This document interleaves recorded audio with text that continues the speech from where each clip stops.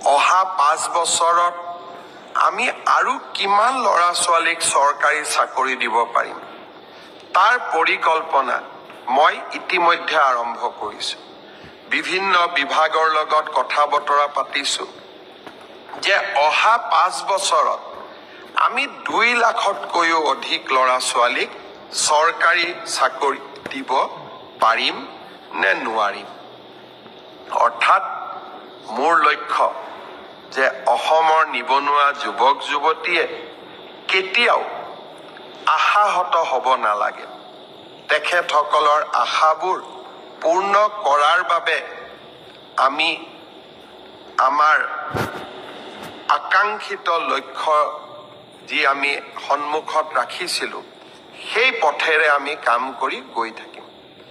নৱেম্বৰ মাহৰ শেষৰ ফালে পুলিচৰ নিযুক্তিৰ বাবে আৰু কেইবা হাজাৰো পদ আমি মুকলি কৰি দিম।